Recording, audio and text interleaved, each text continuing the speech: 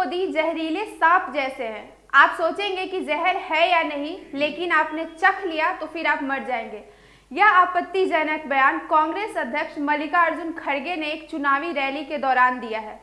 नमस्कार, मैं हूं अमीषा आपके साथ। कर्नाटक में विधानसभा चुनाव को लेकर गहमा गहमी चल रही है। इसी बीच कांग्रेस अध्यक्ष ने भाजपा को एक मुद्दा दे दिया है।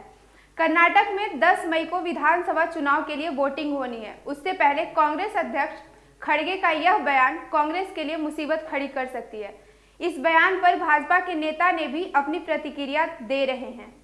पार्टी के आईटी हेड अमित मालवीय ने खड़गे के बयान का वीडियो शेयर करते हुए कहा कि कांग्रेस की हताशा दिख रही है। इसके साथ ही एक और वीडियो शेयर करते उन्होंने ट्वीट किया है कि कांग्रेस अब तक कितनी बार प्रधानमंत्री को गाली दे चुकी है।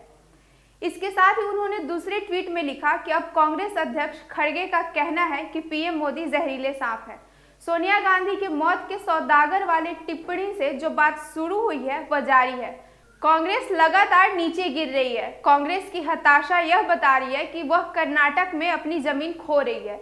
केंद्रीय मंत्री अनुराग ठाकुर ने भी खड़गे के इस बयान पर कहा है कि मल्लिकार्जुन खड़गे को कांग्रेस का अध्यक्ष तो बना दिया गया है, लेकिन उनकी कोई सुनता ही नहीं है। इसीलिए उन्हें लगा कि ऐसा क्या बोल दूं कि सोनिया गांधी से भी आगे निकल जाऊं। अनुराग ठाकुर ने आगे कहा कि कांग्रेस से कभी कोई कहता है कि मोदी तेरी कब्र खुदेगी, कभी उन्हें सांप कहा जाता है।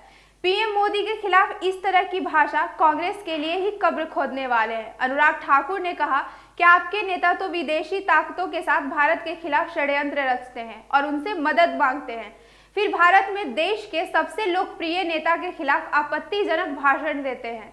कांग्रेस की हालत बिन पानी मछली जैसी हो गई है। वे सत्ता के लिए तड़प रहे हैं और हताशा में ऐसे बयान दिए जा रहे हैं। इसी बीच मल्लिकार्जुन खड़गे ने अपनी सफाई देते हुए कहा कि मैंने तो किसी का नाम भी नहीं लिया है। खड़गे ने कहा कि मैं किसी पर निजी हमला नहीं करता हूं, मैंने भाजपा को सांप जैसा बताया था। कांग्रेस अध्यक्ष मल्लिकार्जुन खड़गे का बयान भाजपा को चुनाव में बेवजह मुद्दा दे दिया है। भाजपा ने कर्नाटक में अभी तक किसी भी नेता को अपना सीएम से चेहरा नहीं बनाया है और चुनाव को कांग्रेस बनाम मोदी ही रखना चाहती है। ऐसे में खड़गे का यह बयान भाजपा को आसानी से एक और मुद्दा दे देती है। खड़गे के लिए अपने ही गृह राज्य में अब खुद का या फिर पार्टी का बचाव कर पाना आसान नहीं होगा। खड़गे की यह टिप्पणी 2007 से चली आ रही कांग्रेस के उन कमजोरियों को उजागर करती है जिससे वह मोदी पर हमला करके फंसते आ रहे हैं। यह बात साल 2007 के गुजरात विधानसभा चुनाव की है। तब तत्कालीन कांग्रेस अध्यक्ष सोनिया गांधी ने नरेंद्र मोदी को मौत का सौदागर बता दिया था। उसके बाद पूरा चुनाव कांग्रेस लीडरशिप बनाम मोदी में तब्दील हो गया था। इसी बीच अपनी सफाई में मल्लिकार्जुन खड़गे ने ट्वीट करते हुए कहा है कि बीजेपी की विचारधारा विभाजनकारी, वैमनस्यपूर्ण तथा गरीबों व दलितों के प्रति नफरत व पूर्वाग्रह से भरी है। मैंने इसी नफरत व द्वेष की राजनीति की चर्चा की। मेरा बयान न व्यक्तिगत तौर से प्रधानमंत्री मोदी जी के लिए था, न किसी और व्यक्ति विशेष के लिए, अपितु जिस विचारधारा का वो प्रतिनिधित्व करते हैं उसके लिए था। प्रधानमंत्री मोदी जी के साथ हमारी लड़ाई निजी लड़ाई नहीं है, वैचारिक लड़ाई है। मेरा इरादा किसी की भावनाओं को आहत करने का नहीं था।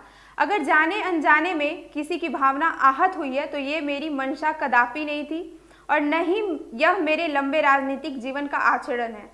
मैंने सदा दोस्तों व विरोधियों के प्रति राजनीतिक शुचिता की मर्यादाओं और परंपराओं को निभाया है और जीवन के आखिरी सांस तक निभाऊंगा। मैं बड़े पर्दे पर बैठे लोगों की तरह व्यक्तियों और उनके तकलीफों का मजाक नहीं उड़ाता, क्योंकि मैंने गरीब व दलितों का दुख दर्द देखा भी है और सहा भी है।